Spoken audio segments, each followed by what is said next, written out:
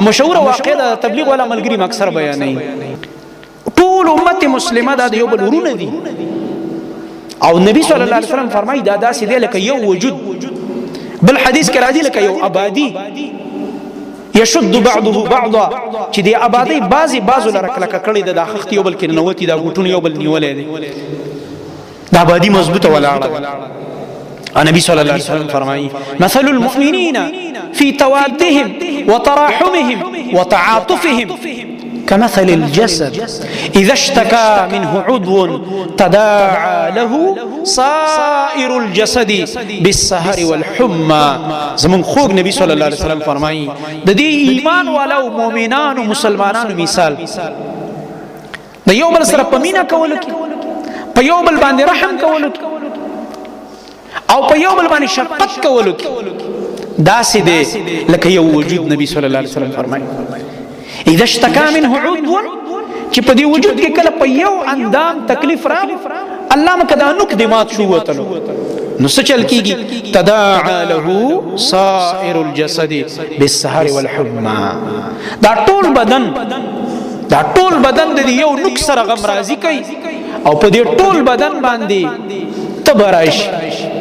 او بی خوبی پیراشي خوب نه ورځي وای ګوته می درد کوي خوب خراب شي ها سو پورش دا آرام گولی نہیں چولی کنا یہ انجیکشن نہیں والی بس خوب نور ندی یو نک دلاس دا ټول بدن پریشان او دا غرنگ تبراشی وجود باندې رسول الله صلی الله علیه وسلم فرمائی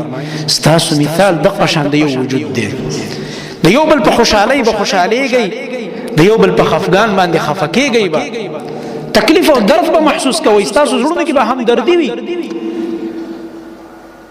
صحابه کرام رضی الله تعالی عنهم واقعات چې په دې باب کې وره حیران به پاتې شي مشهور واقع د تبلیغ ولا ملګری اکثر بیانوي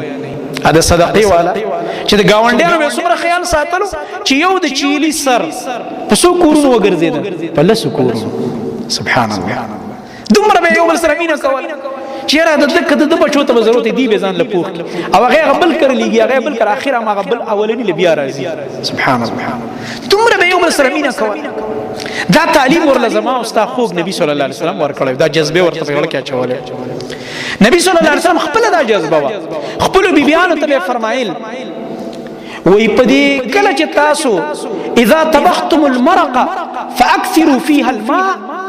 چې کله تاسو په کور کې ترکاری په خوي وب پکې لګړې راچوي زما واستانه نبی دا نه دی ویلي مال سره کړې په خوي دا زما واستانه نبی دی د گاونډیانو د لاسه وب پکې ډېر واچو چې وب پکې ډېر واچي ترکاری مضبوطه راځي که کمزوري راځي زما واستانه نبی کمزوري ترکاری خوري ولی بیبیانو ته وایو د خوښه گاونډیانو دي چې دوی له څه کاسه ما سپکی دغه کې زما خیال ډېر مساتای د گاونډیانو خیال ساتي وب پکې لګړې راچوي زمون خوروا دي کمزوري وي